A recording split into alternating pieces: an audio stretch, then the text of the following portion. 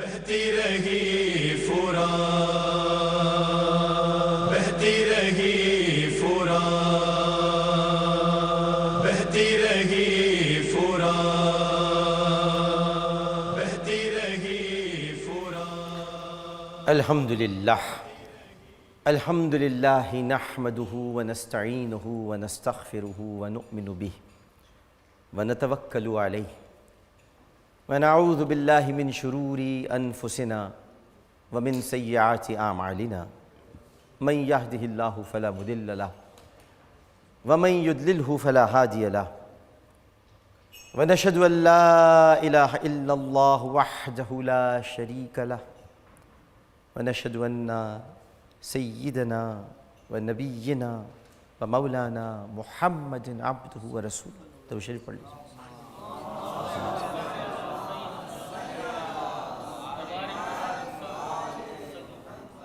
اما بعد،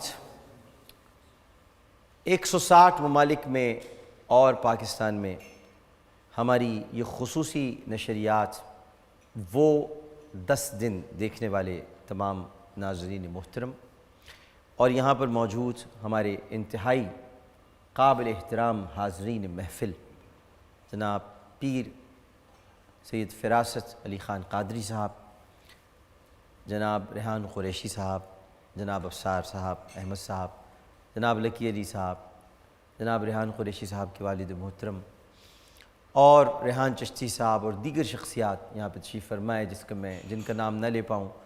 امین بھائی بھی یہاں تشریف فرما تھے۔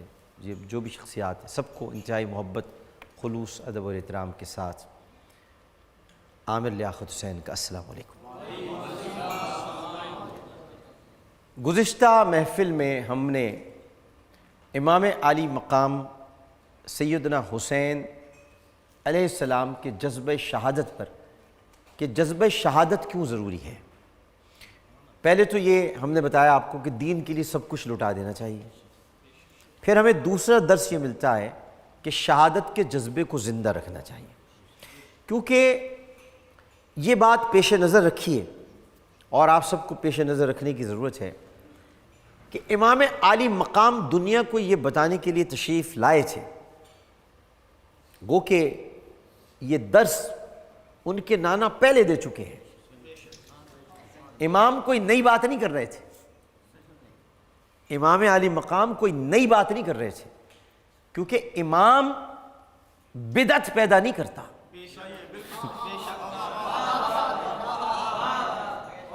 لوگ کہتے ہیں بدعت کیا ہوتی ہے، میں آج آپ کو کائنات کی سب سے بڑی بدعت بتاتا ہوں۔ اسلام ہے حسین کو چومنے کا نام، اور بدعت ہے حسین کو قتل کرنے کا نام۔ اس سے بڑی بدعت اور کوئی نہیں ہو سکتی، اس سے بڑی بدعت کوئی ہو ہی نہیں سکتی۔ تو یزید بدعتی بھی تھا، یزید بدعتی بھی تھا۔ تو وہ امام جو پیغام پہنچا رہے تھے وہی پیغام تھا جو نانا جان کا تھا، اور نانا جان کا یہی پیغام تھا کہ دین فقط نماز اور روزے کا نام نہیں ہے، بلکہ اگر جذبہ شہادت تم میں موجود نہ ہو تو کبھی دین کو اگر تمہاری ضرورت پڑ جائے تو تم کیا عیش و آرام کی زندگی میں رہو گے، یا عیش و آرام کی زندگی چھوڑو صرف نماز اور روزہ رکھتے رہو گے؟ نہیں، تمہیں جہاد بھی کرنا ہوگا، تمہیں جہاد بھی کرنا ہوگا، اس کے لیے میدان میں نکلنا ہوگا۔ اسلام میں پورا داخل ہونا ہے نا، فَادْخِلُوا فِي السِّلْمِ كَافَّةً، مطلب یہ تو نہیں ہے نا کہ آدھا باہر اور آدھا اندر، پورا داخل ہونا ہے اسلام میں۔ تو اسلام میں پورے کے پورے داخل ہو جاؤ۔ لہٰذا ایک خطبے میں آپ نے ارشاد فرمایا، جو 7 محرم الحرام کو آپ نے امر سعد سے گفتگو کرتے ہوئے بڑا تاریخی جملہ کہا تھا، اور یہ کہا تھا کہ، اور میں پھر بتا دوں آپ کو، امر سعد کی رسائی خیام حسینی تک اس کی نسبت کی وجہ سے تھی۔ اگر وہ سعد بن ابی وقاص رضی اللہ تعالی عنہ کا بیٹا نہ ہوتا تو اس کی اوقات نہیں تھی کہ وہ خیام حسینی تک بھی آتا۔ امام کے خیام میں ناپاک لوگ داخل نہیں ہوتے. یہ خیام حسینی ہیں. یہاں پر وہ سید زادیاں بھی ہیں جن کے سر کا ایک بال آج تک کسی نے دیکھا نہیں. بدبختوں تم نے ان کی چادریں کھینچ لی. ظالموں تم نے ان کی چادریں کھینچ لی جن کے سر کا ایک بال کسی نے نہیں دیکھا. یہ خیام حسینی تھا. تو آپ نے عمر بن سعد سے کہا تھا اور خاص طور پر کہا تھا کہ میں موت کو سعادت سمجھتا ہوں. تو مجھے موت سے ڈرانے آیا ہے؟ میں موت کو سعادت سمجھتا ہوں اور میں اس سعادت کو حاصل کر لوں گا، لیکن یزید کی بیعت نہیں کروں گا. یزید کی بیعت نہیں کروں گا. امام عالی مقام کی اس استقامت اور عزیمت کو ہم ہر سال اس لیے مذکور کرتے ہیں اور اپنے تذکرے کا حصہ بناتے ہیں تاکہ یہ عزیمت اور استقامت ہر مسلمان میں پیدا ہو. وہ رخصت کی طرف نہ جائے، عزیمت کی طرف آئے.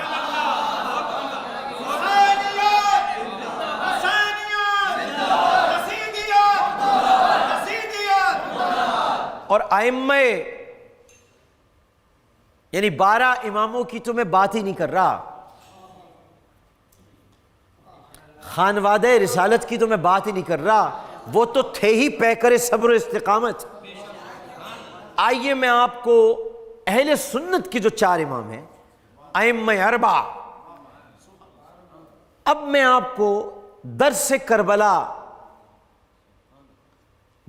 کربلا کے اس جملے سے کہ میں موت کو سعادت سمجھتا ہوں، ایگزیکٹلی یہی جملہ تاریخ میں ایک اور امام نے کہا، میں سناتا ہوں. ان کا نام تھا احمد بن حنبل. ان کا نام تھا احمد بن حنبل رحمہ اللہ. اور یہ جملہ کس کا ہے؟ امام عالی مقام کا. یعنی آج اگر کسی کا نام حسین ہے، عامر لیاقت حسین ہے، تو کوئی الگ سے نام نہیں ہے، یہ پہلے حسین کا تھا. یہ حسین کا نام حسین تھا تو تمہارا نام حسین رکھا گیا. تمہارا نام حسین نہیں ہے، یہ حسین کا نام حسین تھا. میری بات کو سمجھے آپ؟ یہ تمہارا نام حسین نہیں ہے، یہ حسین کا نام حسین تھا، اس لیے تمہارا نام حسین رکھا گیا. تو جملہ کسی ایک ہی کا ہوتا ہے، متاثر ہونے والے اسے دہراتے ہیں. متاثر ہونے والے اسے دہراتے ہیں یا نہیں؟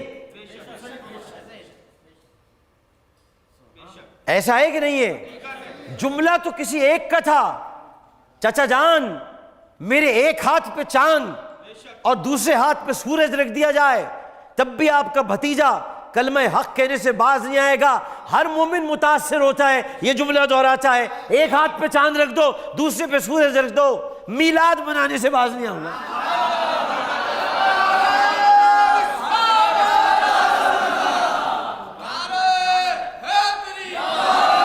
جملہ آپ کا نہیں ہے، جملہ آپ کا نہیں ہے، جملہ کسی اور کا ہے. آپ ادا کر رہے ہیں کیونکہ آپ متاثر ہیں، آپ عاشق ہیں، آپ کو انہی کی بات اپنی بات لگتی ہے. یہ سب تمہارا کرم ہے آقا کہ بات اب تک بنی ہوئی ہے. کسی کو حالات کیوں بتائیں، کسی کا احسان کیوں اٹھائیں؟ تم ہی سے مانگیں گے تم ہی دو گے، تمہارے در سے ہی لو لگی ہے. لا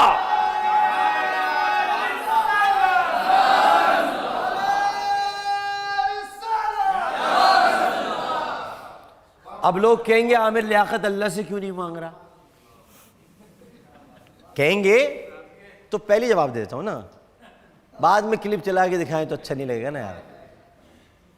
تم ہی سے مانگیں گے تم ہی دو گے، تمہارے در سے ہی لو لگی ہے. راشن پورا تقسیم ہو کر، عطائیں پوری تقسیم ہو کر، عطا کرنے والی ذات پروردگار کی ہے. دینے والی ذات پروردگار کی ہے، اس کی عطاؤں کے خزانے جن کمروں میں ہیں یا جن مقامات پہ ہیں، رسول نے فرمایا اس کی کنجیاں میرے پاس ہیں۔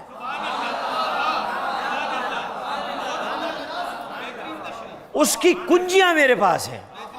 تو مانگا اسی سے جاتا ہے جس کے پاس کنجی ہوتی ہے، دینے والا تو اس کو دے چکا جس کا نام قاسم رکھ دیا کہ تو بانٹے گا۔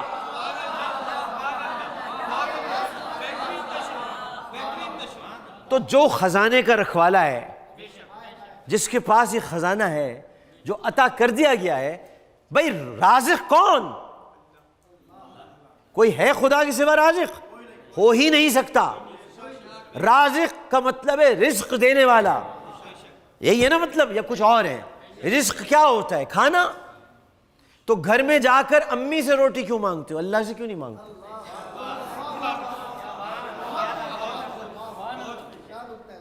گھر میں جا کے امی سے کیوں کہتے ہو امی کھانا دو؟ مصلی بچھا کے رب سے کیوں نہیں کہتے کھانا دو؟ کیونکہ رب نے تمہارا رزق مقدور کر دیا ہے تمہارے ماں کے ہاتھوں میں۔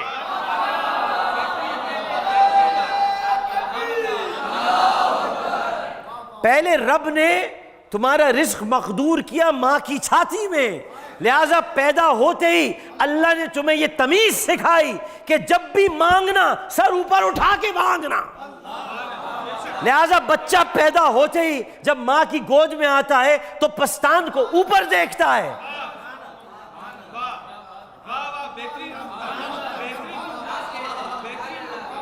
اللہ تمہارے لیے روزی روٹی کا انتظام کرتا ہے، دینے والی ذات اللہ کی۔ ان بحثوں میں پڑھنا چھوڑ دو، ہمیں مشرک کہنا چھوڑ دو۔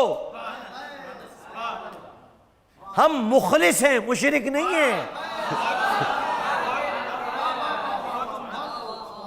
ہماری باتوں کو سمجھو جاہلوں، ان کو سمجھنے کی کوشش کرو۔ ہم تو اللہ کی عظمت کے گن گانے والوں میں سے ہیں، ہم تو اللہ کی توحید کا پرچم بلند کرنے والوں میں سے ہیں، ہم تو اللہ کے احکامات کی خلاف ورزی کرنے والے یزید سے جنگ کرنے والوں میں سے ہیں۔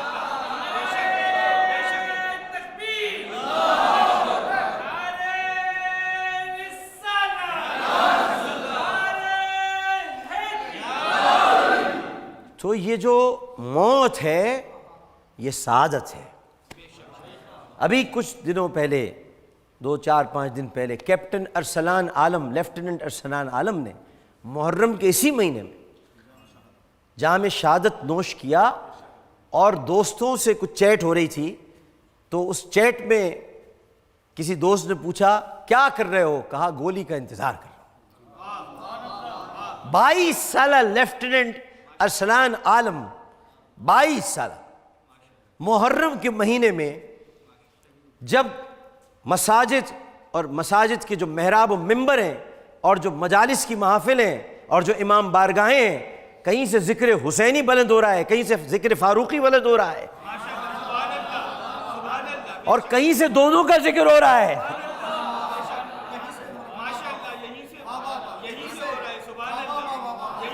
الگ الگ ہو تب بھی صحیح ہے، ساتھ ہو تب بھی صحیح ہے۔ تم الگ دریا بہاؤ، ہم الگ دریا بہاتے ہیں، بہرحال دونوں کو گرنا تو محمد کے سمندر میں ہے۔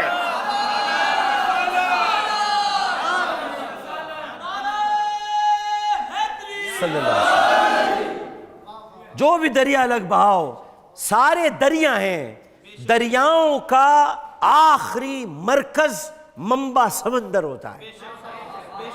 دریا کبھی دریا نہیں رہتا، جو دریا دریا رہا وہ صرف فرات رہا، جو آج بھی سمندر نہ بن سکا، سمندر بننے کی کوشش میں عباس کے روزے کے چکر لگاتا ہے کہ میں سمندر بن جاؤں۔ روزے عباس علمدار علیہ السلام کے وہ چکر لگاتا ہے کہ میں سمندر بن جاؤں، کسی طرح عباس میں مل جاؤں، لیکن بھول گیا عباس کبھی تجھ سے ملنے آیا تھا، کبھی عباس تجھ سے ملنے آیا تھا علیہ السلام۔ آج تو چاہتا ہے کہ تو عباس سے مل جائے، لہٰذا تو دریا ہی رہے گا، لیکن جو سمندر بن جاتے ہیں دریا، وہ دریا نہیں رہتے، کیونکہ قطرے اگر ریت پر گریں تو جذب ہو جاتے ہیں یزید کی طرح.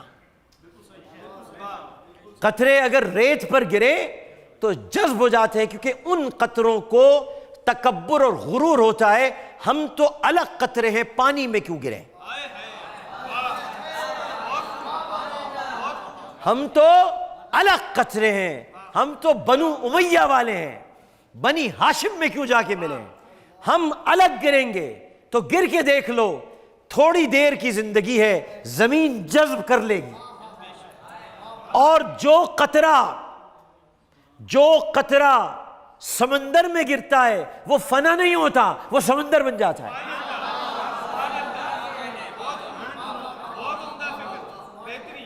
یعنی جو غلامی رسول قبول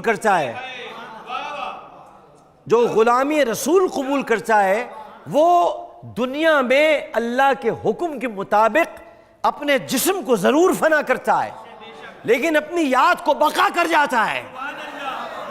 اس کی یاد بقا ہو جاتی ہے. خواجہ معین الدین چشتی اجمیری 90 لاکھ مسلمان کیے، ٹھیک ہے، لیکن یہ آپ کا تعارف نہیں ہے. آپ کا تعارف ایک ہی ہے، شاہ ہست حسین، بادشاہ ہست حسین، دین ہست حسین، دین پناہ ہست حسین، سرداد نداد دست در دست یزید، حقا کے بنا لا الہ ہست حسین.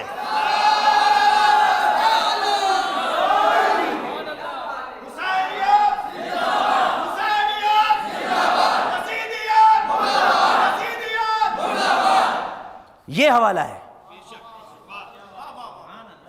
غریب نواز کا، یہ حوالہ ہے. غریب نواز سمندر بن گئے، غریب نواز فنا کی منزل پہ پہنچے، کیونکہ ہر نفس کو موت کا ذائقہ چکھنا ہے. فنا ہوئے، لیکن چونکہ اہل بیت اطہار کی محبت میں مست تھے، اس لیے فنا ہو کے بقا ہو گئے.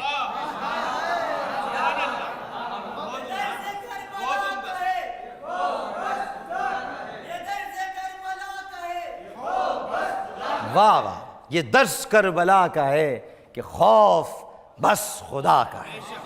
کیا خوبصورت بات ہے. یہ بھی درس ہے اور یہی درس ہے. تو ہمیں ڈرانے آیا ہے، چلو یہیں سے بات کو لے کے چلتے ہیں. تو ہمیں ڈرانے آیا ہے، ہمارے ساتھ حسین کو ڈرانے آیا ہے. حسین کے بابا سے تو سب ڈرتے تھے. اگر امام عالی مقام خطبہ دینا چاہتے، کیونکہ میری عادت نہیں ہے کہ میں وہ باتیں کروں جو امام نے کہی نہ ہو. مجھے 2 گھنٹے کی تقریریں کر کے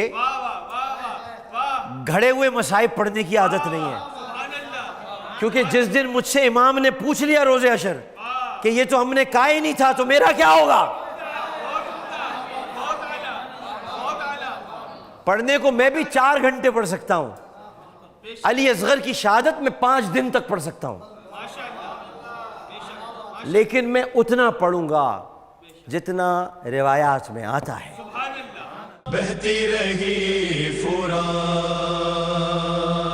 بہتی رہی فرات، بہتی رہی فرات،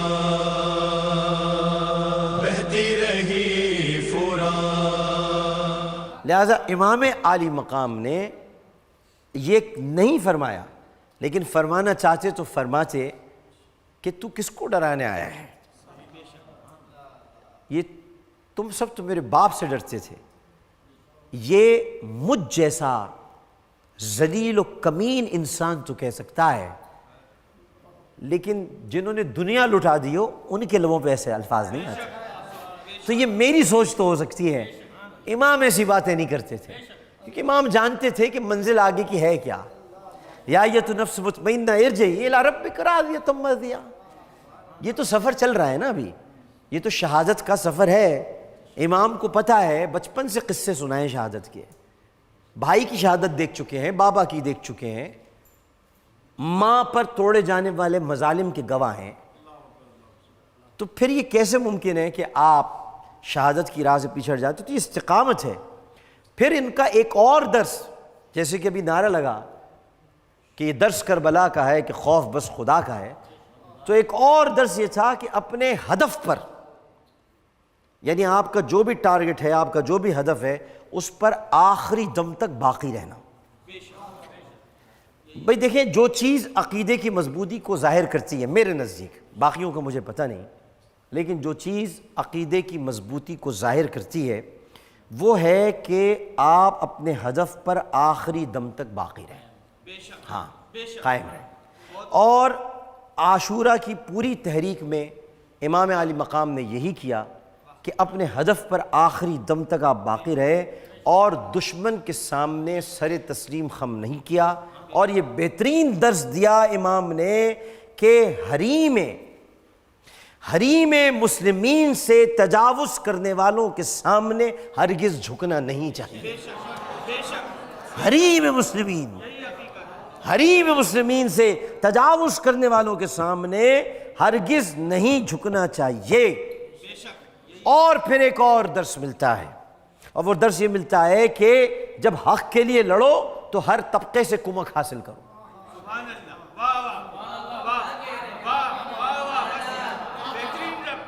جب حق کے لیے لڑو تو ہر طبقے سے کمک حاصل کرو۔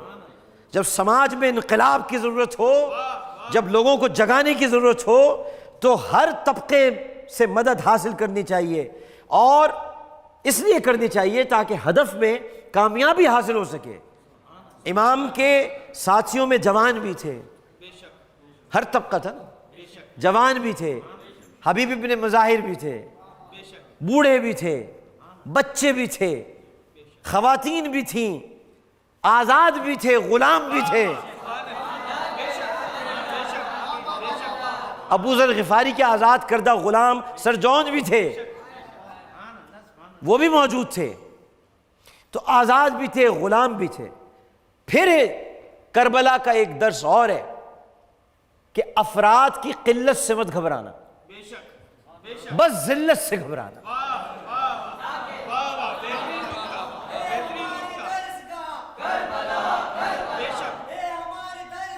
کربلا افراد کی قلت سے مت گھبرانا، اس ذلت سے گھبرانا جس کے لیے تمہیں یزید بلا رہا ہے۔ اور کربلا میں امیر المومنین سیدنا علی ابن ابی طالب علیہ السلام، درود شریف پڑھیے،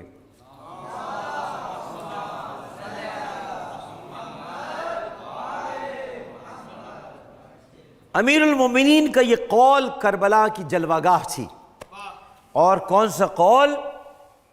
جو کہ نہج البلاغہ کے خطبہ نمبر 61 میں موجود ہے، اور آپ ارشاد فرماتے ہیں کہ حق اور ہدایت کی راہ میں افراد کی قلت سے نہیں گھبرانا چاہیے۔ ہم نے بدر لڑی ہے،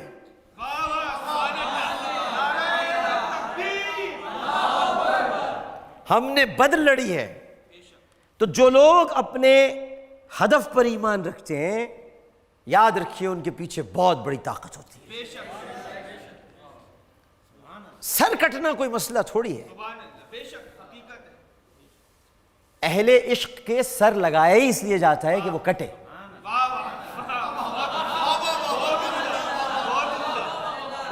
اہل عشق کے سر لگایا ہی اس لیے جاتا ہے کہ وہ کٹے، اور منافقوں کے سر لگایا ہی اس لیے جاتا ہے کہ وہ طاغوتی قوت کے آگے جھکے۔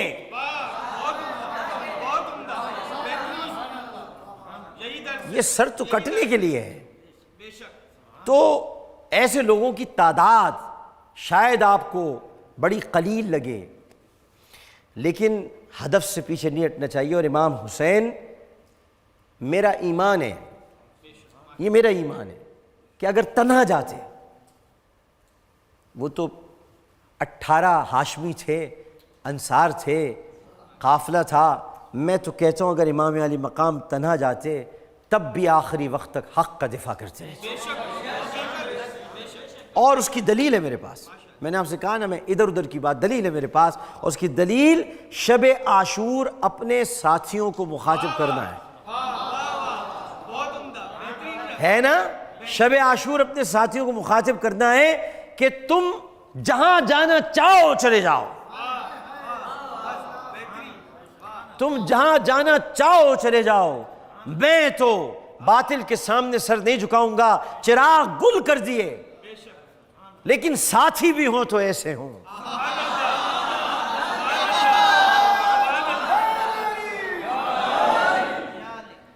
چراغ گل کر دیے، جب چراغ گل کرنے سے پہلے چہرے تھے، میں نے آپ سے پہلے عرض کیا اور کر چکا ہوں کہ ہم تو گھروں سے تسبیحیں اور کپڑے لے جاتے ہیں کہ خانہ کعبہ سے مس کر کے لے آئیں،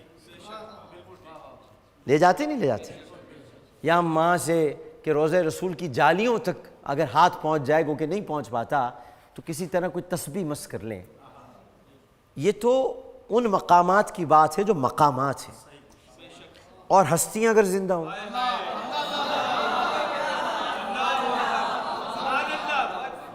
تو یہ تو وہ لوگ تھے جو چراغ گل ہونے سے پہلے، ویسے بھی ان خیموں میں چراغوں کی ضرورت نہیں تھی۔ یہ ذرا عقیدے کی بات ہے، ذرا مشکل سے سمجھ میں آئے گی، مشکل سے سمجھ میں آئے گی۔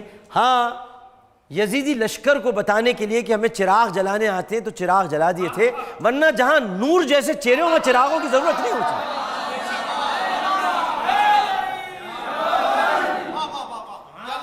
چراغوں کی ضرورت نہیں ہوتی۔ بھائی جب ہماری ماں ام المومنین سیدہ عائشہ صدیقہ رضی اللہ تعالی عنہا دندان مبارک کی سفیدی سے سوئی ڈھونڈ سکتی ہیں،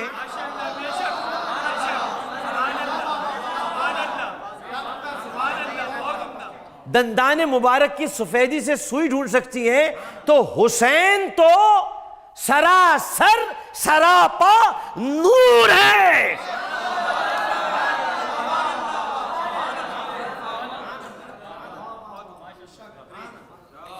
بھائی چلو پورا نہیں مانتے، آدھا تو مان لو۔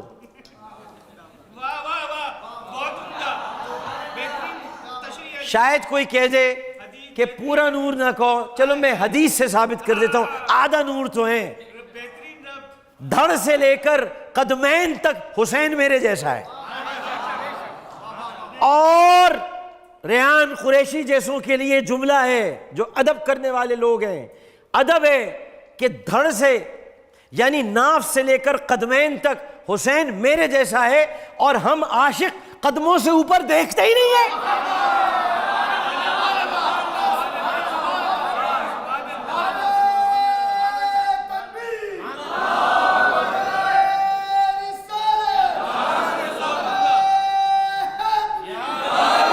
ہم عاشق قدموں سے اوپر دیکھتے ہی نہیں ہیں، ہم تو طواف کے دوران بھی ابراہیم علیہ السلام کے قدم ہی دیکھتے ہیں، ہم تو حیدرآباد میں قدم گاہ مولا علی دیکھتے ہیں۔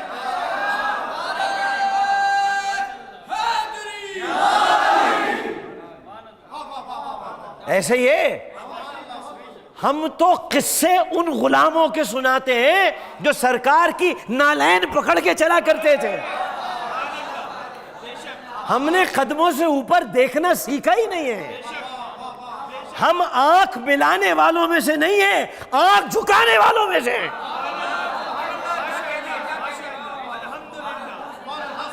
ہم آنکھ جھکانے والوں میں سے ہیں، ہم آنکھ جھکا کر بات کرتے ہیں، کیونکہ عدم یزداں سے اتنے بے تکلف، بڑا دربار ہے، آہستہ بولو۔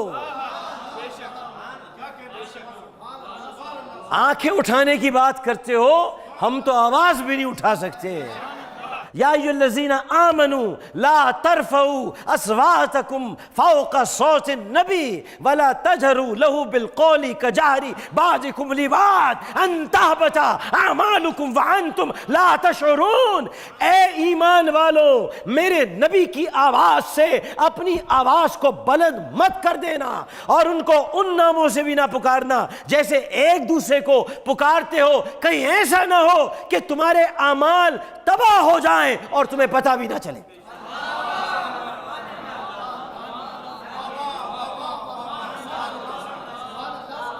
آپ آنکھ اٹھانے کی بات کرتے ہیں، ہم تو آواز نہیں اٹھا سکتے۔ تو بنیاد یہ ہے کہ کربلا بنیادی طور پر ہر ایک سے کومک طلب کرنے کا نام ہے۔ اسی طرح سے ایثار کے ساتھ سماجی تربیت کو ملانے کا نام بھی کربلا ہے۔ کربلا تنہا جہاد و شجاعت کا میدان نہیں ہے، بلکہ سماجی تربیت کا میدان ہے، واعظ کا میدان ہے، نصیحت کا میدان ہے، عقل کا میدان ہے، شعور کا میدان ہے، علم کا میدان ہے، علم کا میدان ہے، علم کا بھی ہے اور حلم کا بھی ہے۔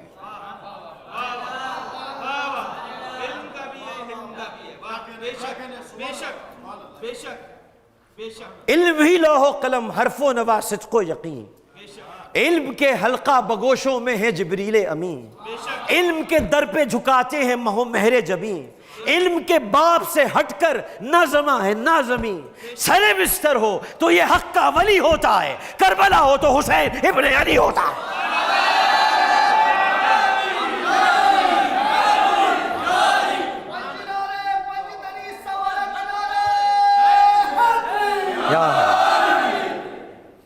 تو امام علی مقام نے ایثار اور اخلاص کے سائے میں اسلام کو بچانے کے ساتھ ساتھ لوگوں کو بیدار بھی کیا تاکہ وہ اپنی فکری اور دینی سطح کو بلند کریں، اس قسطنطنیہ کی حدیث سے باہر نکلیں کہ یہ حدیث ہی نہیں ہے، حدیث ہے مدینہ قیصر کی۔ اب شاہ احمد صاحب بیٹھے یہاں، بڑے ماشاءاللہ پڑھتے لکھتے رہتے ہیں، ریسرچ اسکالر ہیں، پوری سیاہ ستہ میں ان سے پوچھ لیجئے قسطنطنیہ کا لفظ کہیں استعمال نہیں۔ مدینہ قیصر، قیصر کا شہر، مدینہ شہر کو کہتے ہیں بیسیکلی۔ یہ جو ہم مدینہ کہتے ہیں نا، یہ بھی غلط کہتے ہیں، ہمیں کہنا چاہیے مدینہ منورہ، ہمیں کہنا چاہیے مدینۃ النبی۔ تو اس لیے کیونکہ مدینہ تو شہر ہوتا ہے، ہر شہر کا نام مدینہ ہے، تو مدینہ قیصر کا مطلب یہ کہ قیصر کا شہر، دارالحکومت بھی نہیں۔ بھئی رسول جہاں سب کچھ بتا رہے تھے وہاں قسطنطنیہ بھی بتا جاتے، شارحین نے قسطنطنیہ نکال لیا۔ یہ تو خیر 9-10 کو بتائیں گے، لیکن ایک اور درس دے کر پھر میں لکی علی صاحب سے گزارش کروں گا کہ منقبت پیش کریں۔ ایک اور درس جو کربلا سے ملتا ہے وہ یہ ہے کہ تلوار پر، جملہ سن لیجئے گا، تلوار پر خون کی فتح، ہمیشہ تلوار نے خون پر فتح پائی ہے، یہ ایسا خون تھا جس نے تلوار پر فتح پائی ہے۔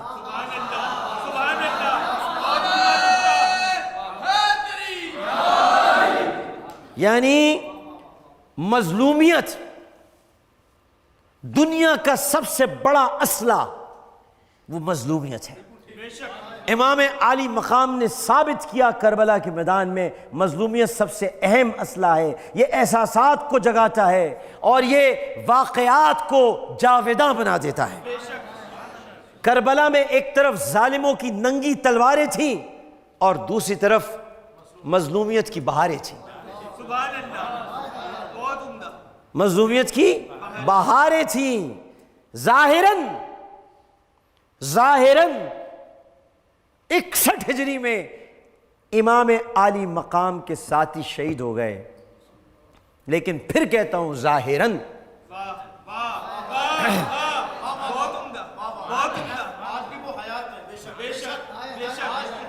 دوبارہ دہراؤں گا کہ ظاہراً 61 ہجری میں امام عالی مقام اور ان کے ساتھی شہید ہو گئے، لیکن ظاہراً 61 ہجری کے بعد امام حسین اور ان کے ساتھی شہید کے ساتھ ساتھ قصہ دوام بن گئے، ایسا قصہ بن گئے کہ لگ رہا ہے کہ کربلا ابھی ہونے والی ہے، ایسا تذکرہ بن گئے، ایسا ذکر بن گئے۔ تم شہید کر کے بھی ذکر نہ روک سکے، تم شہید کر کے بھی فکر نہ روک سکے، تم شہید کر کے بھی ہجر نہ روک سکے، تم مٹ گئے، حسین ہمارے دلوں میں سمٹ گئے۔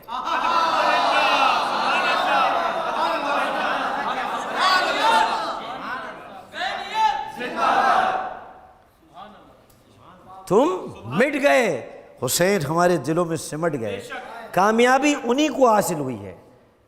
امام کے خون نے باطل کو رسوا کیا، حق کو مضبوط کیا، اور جب مدینے میں سید سجاد، امام العابدین، امام زین العابدین علیہ السلام، درود شریف پڑھیے،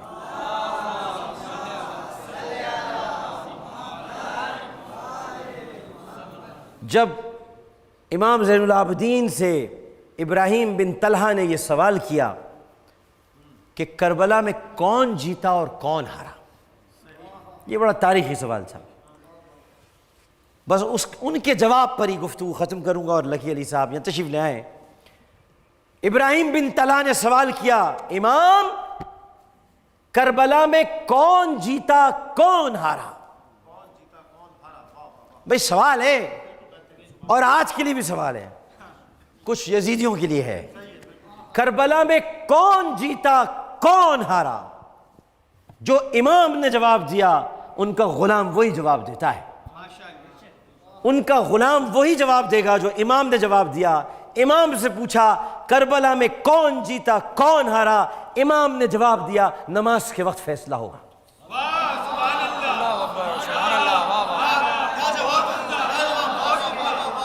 امام نے کہا نماز کے وقت فیصلہ ہوگا، اگر شہادت محمد کی ہے،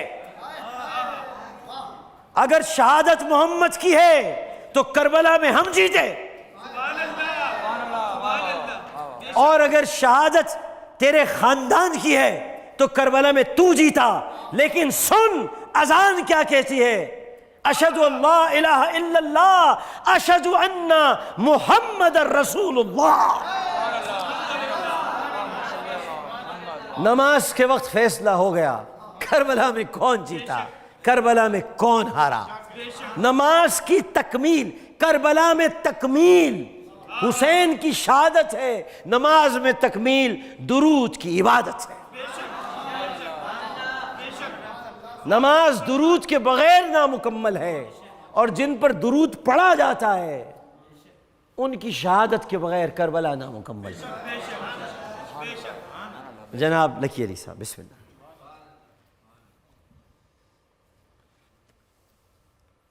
وہ خطبہ تھا کہ ہیبت چھا گئے دربار سارے پر، وہ خطبہ تھا کہ ہیبت چھا گئی دربار سارے پر، علی کی شیر دل بیٹی میں حیدر سا جلال آیا، علی کی شیر دل بیٹی میں حیدر سا جلال آیا، علی کے شہر کوفہ میں سما زینب کیا آیا، کجا برقع شریعت کا ردا کا بھی نہیں سایہ، علی کے شہر کوفہ میں درازی منزلوں کی ریت کے تپتے ہوئے رستے، درازی منزلوں کی ریت کے تپتے ہوئے رستے، سار بہاں ہے بیڑیاں پہنے ہوئے آیا نوکھا سار بہاں ہے بیڑیاں پہنے ہوئے آیا علی کے شہر کوفہ میں کہا رو کر سکینہ نے چچا مسلم دہائی ہے کہا رو کر سکینہ نے چچا مسلم دہائی ہے وہ دیکھو پھر مجھے ظالم تماچے مارنے آیا وہ دیکھو پھر مجھے ظالم تماچے مارنے آیا علی کے شہر کوفہ میں سما زینب پہ کیا آیا کجا برکا شریعت کا ردا کا بھی نہیں سایہ علی کے شہر کوفہ میں سبحان اللہ سبحان اللہ وما علینا الا البلاغ المبین بہتی رہی فرات بہتی رہی